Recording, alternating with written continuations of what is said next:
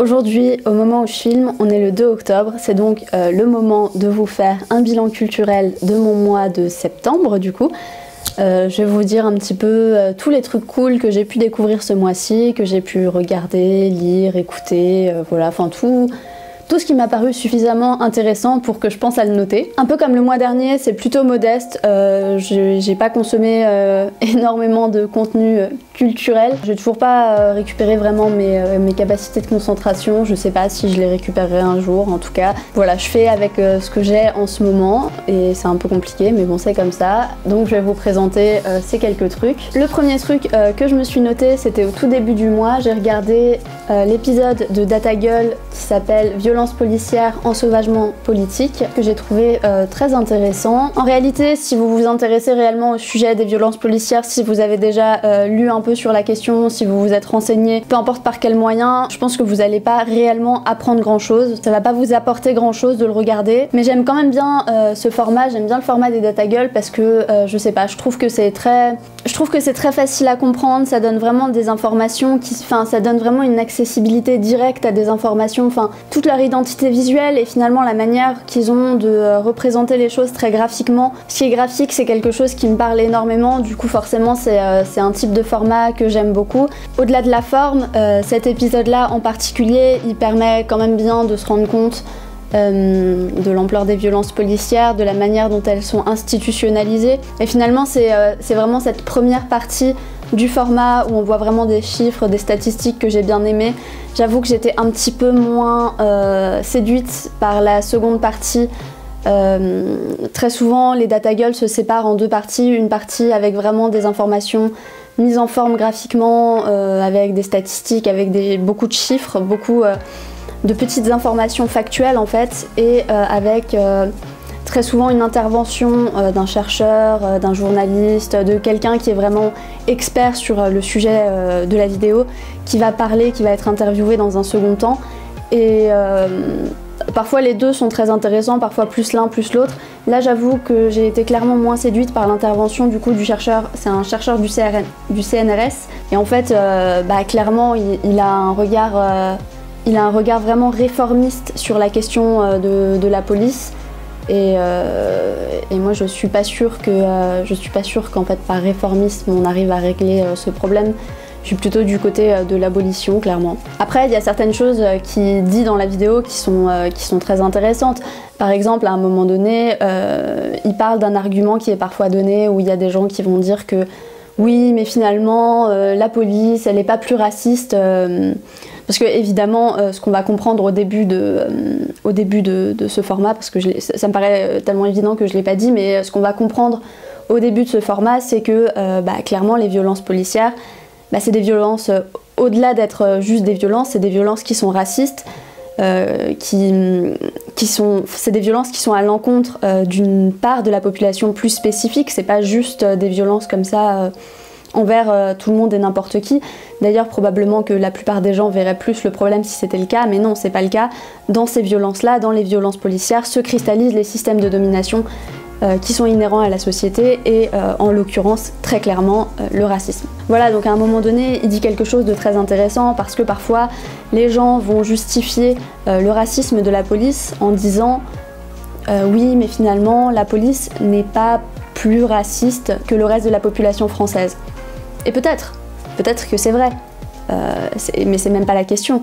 Mais lui explique que du coup, concrètement, c'est déjà un problème parce que la police, c'est celle qui est censée faire respecter les règles de l'État, c'est l'exécutif, c'est la police qui est censée faire respecter les lois, enfin en tout cas en théorie, c'est comme ça que ça nous est très joliment présenté, mais que fait-on en fait si la police a des comportements qui vont à l'encontre des lois? Et c'est justement bien ça le problème, c'est que si ceux qui sont censés faire respecter les lois ne les respectent pas, on a un problème. Évidemment, ce que j'explique là, j'enfonce des portes ouvertes, voilà, mais c'est quelque chose qui était à l'intérieur de ce format-là et ça fait partie des choses qui sont intéressantes, pas révolutionnaires, mais intéressantes. voilà, la police elle est censée défendre les valeurs républicaines et parmi les valeurs républicaines il y a l'égalité et une police raciste ne peut pas défendre une valeur comme l'égalité, ça ne fonctionne pas. Il parle aussi d'autre chose qui est très intéressant et qui va sans doute résonner avec un autre élément dont je vais parler un petit peu plus loin, un autre truc que j'ai regardé ce mois-ci et qui était intéressant. Il parle aussi de la suppression du travail social, de la grande diminution en tout cas des acteurs du travail social dans les années 70 et 80 et de l'impact que ça a eu puisque en fait la suppression de tous ces travailleurs sociaux qui travaillaient directement auprès de la population, ça a supprimé des intermédiaires entre la police et la population. C'est-à-dire que par exemple, si à une époque s'il y avait une question de vandalisme et qu'on savait qui était la personne, si on avait vraiment des questions sur des petits délits comme ça qui, j'ai envie de dire, qui sont pas d'une gravité incroyable, tu vois, ou si on parlait de conflits par exemple entre les jeunes du quartier et je sais pas, un restaurateur ou un commerçant du quartier, ou ce genre de choses, il y avait des travailleurs sociaux qu'on pouvait appeler, il y avait des intermédiaires, il y avait des médiateurs qu'on pouvait appeler pour essayer de régler les problèmes de manière sans passer, en fait, sans être obligé d'appeler la police. Et en fait, la disparition de ces acteurs sociaux, la disparition de ces personnes-là qui pouvaient servir d'intermédiaires, qui pouvaient servir de médiateurs, ça fait que les gens se retrouvent directement à appeler la police et qu'on a donc directement une confrontation entre par exemple, si on est dans le cas d'un conflit entre des commerçants et des jeunes du quartier parce que, je sais pas, les jeunes squattent là, écoutent de la musique ou j'en sais rien et que lui, il a l'impression que ça pose problème, enfin bref. Admettons ce genre de conflit totalement banal. Avant, dans les années 70-80, il y avait la possibilité d'appeler un médiateur, d'appeler quelqu'un pour régler la situation de manière cordiale, enfin je veux dire, voilà. Alors qu'aujourd'hui, la solution, c'est d'appeler la police. Et sans défendre la police aucunement, ils sont pas formés à ça. Et ça pose clairement problème que cet intermédiaire, cette chose entre le fait de rien faire et le fait d'appeler directement les flics, ça n'existe plus.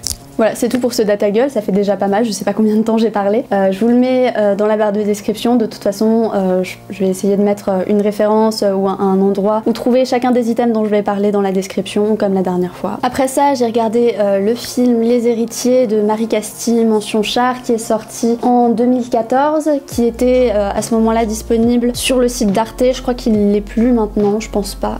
Il me semble qu'il ne l'est plus. Je vais pas en parler ici parce que j'ai fait une vidéo entière sur le sujet. Donc je vous mets cette vidéo dans la description et dans le petit i qui est quelque part en haut. Et voilà. Ensuite, j'ai regardé un documentaire sur le rap qui s'appelait I Am Youssoupha Kerry James, Histoire du rap conscient. Enfin, je l'ai regardé sur YouTube, sur une des chaînes d'Arte. En tout cas, il doit être encore disponible, donc je le mettrai aussi dans la description. Il commence à dater un petit peu, il date de 2019, donc c'est pas très vieux, mais voilà. C'est un documentaire qui parle du rap, mais qui parle pas du rap en termes vraiment musical. Il va parler vraiment du rap en termes social et particulièrement du coup, enfin exclusivement même du rap français et du cas du rap français. Ce documentaire en fait il fait clairement ressortir le fait que depuis les années 80 il n'y a rien qui a été fait pour les banlieues françaises, enfin presque rien, que ça a été plutôt laissé en friche finalement, ça a été laissé tel quel et puis peu à peu on a complètement abandonné les lieux, on a décidé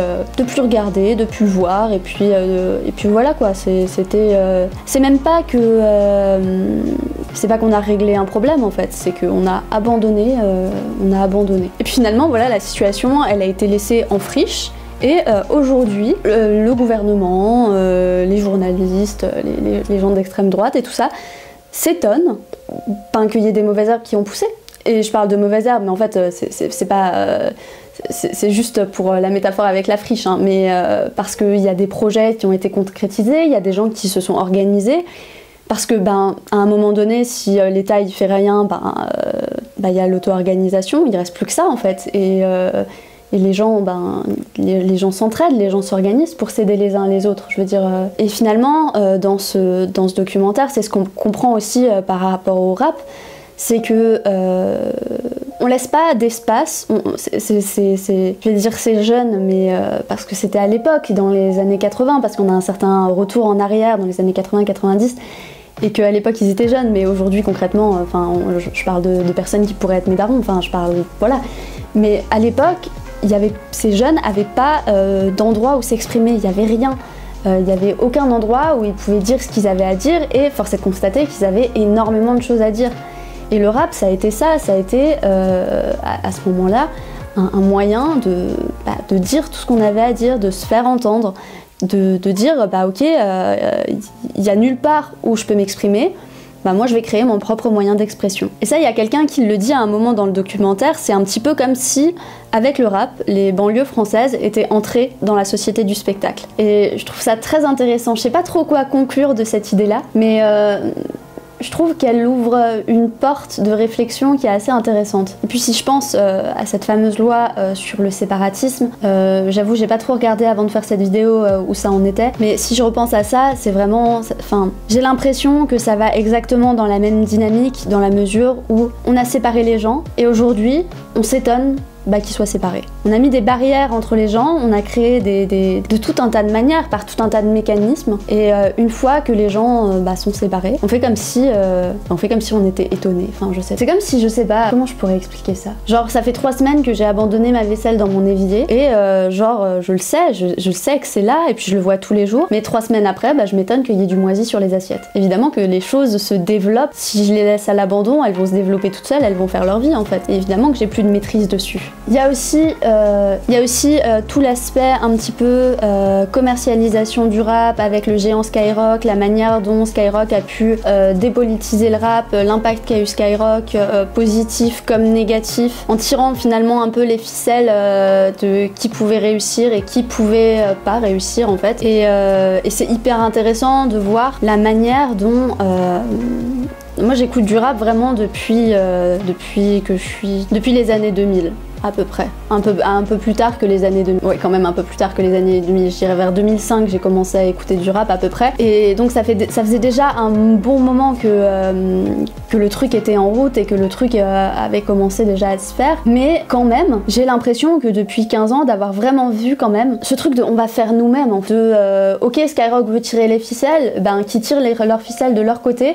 Nous, on va se servir d'eux quand on en a besoin. Et une fois que c'est fait, ciao. Et évidemment que Skyrock il gagne encore et compagnie, mais enfin c'est un aspect du documentaire qui est très intéressant, c'est vraiment plutôt à la fin. Et ouais, allez regarder ce documentaire, il est grave intéressant. Ce mois-ci, j'ai aussi un petit peu écouté des podcasts. Je les ai pas tous notés parce que c'était pas toujours notable en fait. Il y en avait où j'ai pas eu de grosses descriptions de podcasts ou que sais-je, ou de trucs vraiment où je les ai arrêtés ou quoi que ce soit, mais c'est juste il y avait des trucs qui étaient pas forcément qui m'ont pas marqué plus que ça. Du coup, j'en ai noté 2. Le premier, c'est La peur de réussir par Esther Taïfet, Se sentir bien, je crois, si je dis pas de bêtises. En fait, je me suis vraiment rendu compte en écoutant ce podcast que parfois je pense que j'ai peur de réussir. Peut-être quand même beaucoup moins souvent que la peur d'échouer, mais quand même des fois j'ai l'impression d'avoir ressenti la peur de réussir. Et j'ai réfléchi vraiment à ça en l'écoutant et je me suis rendu compte que oui j'avais peur de réussir aussi, au-delà des frontières mentales et de toutes ces choses-là,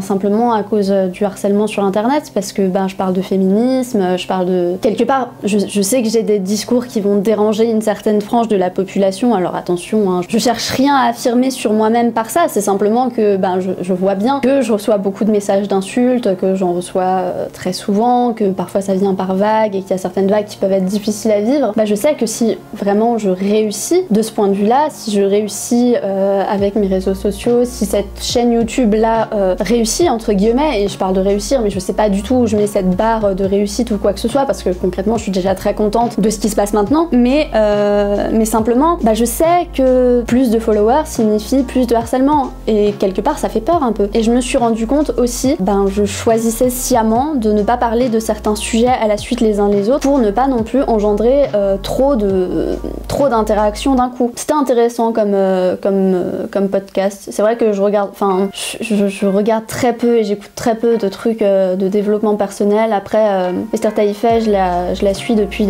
très longtemps, du coup ça m'intéresse quand même. Je les regarde pas tous, mais j'en regarde de temps en temps et c'est toujours chouette à écouter. Je croyais que j'avais fini de filmer cette vidéo quand je me suis rendu compte que la dernière partie ne s'est pas enregistrée. Voilà. je suis ravie. Donc j'en étais au deuxième podcast que j'ai écouté qui s'appelle Au Mexique, le romantisme est une forme de violence, qui est un podcast de Slate. Ce podcast, c'est vraiment une manifestation vraiment du fait que depuis vraiment le début de cette vague, depuis une bonne dizaine d'années, les féministes ou les féminismes d'ailleurs, s'intéressent vraiment de manière très forte aux violences sexuelles, aux différentes manifestations des violences sexuelles, aux différents mécanismes qui engendrent les violences sexuelles, comme la culture du viol par exemple, les stéréotypes de genre, la misogynie, les stéréotypes sexuels, bref, enfin tout ça quoi. Tous ces outils du patriarcat, en quoi ils sont responsables, comment ils se manifestent et comment ils vont faire qu'on advienne à des violences sexuelles et surtout comment on peut faire du coup pour que ça n'arrive pas. Donc c'est un documentaire qui porte sur le Mexique, qui porte en tout cas sur les discours de féministes mexicaines, mais c'est clairement quelque chose qu'on devrait vraiment aussi mettre sur le devant de la scène en France, parce que en France justement on a toute cette séduction à la française, cette galanterie, qui sont en fait uniquement des outils de manipulation socialement acceptés. Moi c'est comme ça que je les vois. J'ai pas encore un avis totalement arrêté sur la question, même si la dernière fois on s'est vraiment moqué de moi quand je parlais de manipulation, quand je disais que la drague c'était une forme de manipulation. Et oui, la drague c'est une forme de manipulation, et oui, moi j'ai un problème avec la drague et j'assume le fait que j'ai un problème avec la drague, et que pour moi la drague n'est pas juste le fait de séduire quelqu'un. La drague c'est vraiment le fait d'utiliser des comment dire, pour moi la drague c'est vraiment le fait de vouloir séduire une personne par tous les moyens. Alors par tous les moyens on s'entend, mais je veux dire c'est pas uniquement en fait se montrer sous son meilleur jour, se montrer sous un autre jour en fait. Je sais pas, il y a quelque chose, moi il y a vraiment, j'ai pas encore réussi à totalement mettre le doigt dessus, j'ai pas réussi à complètement encore trouver la manière d'en parler, mais moi il y a vraiment un truc qui me dérange avec la drague et que je trouve, je sais pas, un peu sordide. Et du coup je trouvais ça très intéressant qu'il y ait vraiment des personnes qui s'y intéressent, au-delà de la France du coup, parce que concrètement ça a l'air compliqué encore comme discours en France. Et puis oui, il y a aussi le fait que d'accord, se montrer sous son meilleur jour, d'accord, je vais pas aller complètement débrailler un date ou ainsi de suite, tu vois, il y a une nuance en fait entre se montrer sous son meilleur jour et faire des efforts monumentaux que au bout d'un moment tu seras fatigué de faire, et que du coup bah forcément arrivé au moment où tu seras fatigué de faire tous ces efforts, et ben la personne en face elle sera déçue parce que finalement bah c'est plus la même personne face à qui elle est. Il y a quelque chose qui me dérange. Je vais rester sur le fait qu'il y a quelque chose qui me dérange, je vais pas aller plus loin. Quand j'aurai vraiment réussi à mettre le doigt dessus, c'est certain de toute façon que j'en reparlerai. Et ensuite, après ça, j'ai juste regardé quelques films sans grand intérêt. J'ai regardé Canine, qui est un film grec. Le pitch avait l'air intéressant, c'était une famille qui fonctionnait sous la forme d'une dictature. Et comme ça semblait intéressant, il y avait peut-être quelque chose, mais finalement, je sais pas, je suis restée un peu perplexe devant le film. S'il y a des gens qui l'ont regardé, dites-moi ce que vous en avez pensé, mais je sais pas, moi ça m'a vraiment mis mal à l'aise et ça m'a juste laissé perplexe. J'ai regardé aussi le film Julia X, qui est clairement un nanar. C'est l'histoire d'un homme et une femme qui se rencontrent via un site de rencontre type Tinder, et il y en a un qui veut piéger l'autre, mais en fait c'était le premier qui piégeait le deuxième, et puis enfin voilà, c'était pas terrible, c'était clairement un nanar. C'était pas le but quand on a choisi ce film, mais bon. Et j'ai regardé aussi The Endless, enfin bon, ces deux films là c'était hier soir, mais c'est pas grave, c'était le 1er octobre, mais je les mets en septembre, comme ça je suis débarrassée. C'était The Endless, c'est l'histoire de deux frères qui retournent dans une secte qu'ils avaient quittée il y a 10 ans, et il va y avoir toute une histoire de cercle temporel un petit peu. J'étais pas convaincue non plus, je suis pas convaincue. Voilà. Et en dernier, j'ai regardé la série Good Girls Revolt, qui était pas mal. C'est un peu une histoire d'organisation de femmes qui veulent une meilleure place dans l'entreprise où elles travaillent. Elles travaillent en l'occurrence dans un journal, elles travaillent auprès de reporters, et elles vont essayer de mettre en place des actions pour essayer d'avoir une meilleure place dans l'entreprise. Et voilà, c'est un petit peu le pitch sans spoiler, et c'est cool à regarder, mais c'est très dommage, et attention, vous allez être frustrés parce qu'il n'y a qu'une saison. Je sais pas du tout s'il y en a une deuxième de prévue, si elle est en préparation ou quoi que ce soit, mais il n'y a qu'une saison, et vraiment on s'arrête sur une fin qui donne envie de savoir ce qui se passe après quoi, donc c'est un peu frustrant. Voilà, si vous aimez pas être frustré, je vous conseille peut-être pas de la regarder. Et c'est tout pour ce mois-ci.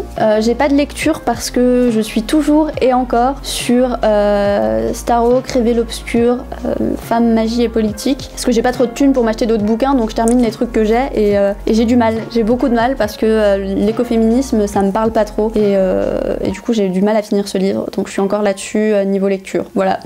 Donc c'était très modeste comme bilan culturel. J'avais pas tellement d'éléments à vous présenter finalement ce mois-ci, mais j'ai énormément parlé, je crois, quand même. Donc je vais m'empresser d'aller monter cette vidéo pour qu'elle soit prête pour dimanche, parce que je pense qu'il y a du boulot. Si vous avez aimé, si vous aimez bien les bilans culturels, et si vous avez aussi des choses éventuellement à me conseiller, je sais pas si... Surtout si vous avez des choses à me conseiller sur les féministes d'Amérique du Sud et d'Amérique centrale, parce que c'est un sujet sur lequel j'aimerais bien me repencher. Je suivais pas mal sur quand j'avais mon ancien compte Twitter, et je sais pas, je pense que j'ai perdu un petit peu les liens que j'avais avec ces sujets-là, les personnes qui en parlaient, donc j'ai un peu perdu tout ça de vue, et j'aimerais bien vraiment m'y intéresser à nouveau. Donc si vous avez des ressources sur cette question-là, n'hésitez pas à les mettre dans les commentaires. Sur d'autres trucs, hein, si vous avez d'autres idées de choses que vous pensez qui pourraient m'intéresser ou dont vous voulez parler, parlez-en dans les commentaires aussi, ça m'intéresse. N'hésitez pas à vous abonner si vous découvrez ma chaîne avec cette vidéo, évidemment, à liker la vidéo, et puis c'est tout. Ça suffit, faut que j'arrête. La semaine prochaine, on parlera de précarité des femmes, mercredi ou jeudi, je sais pas encore. Voilà, et à bientôt, passez un bon week-end.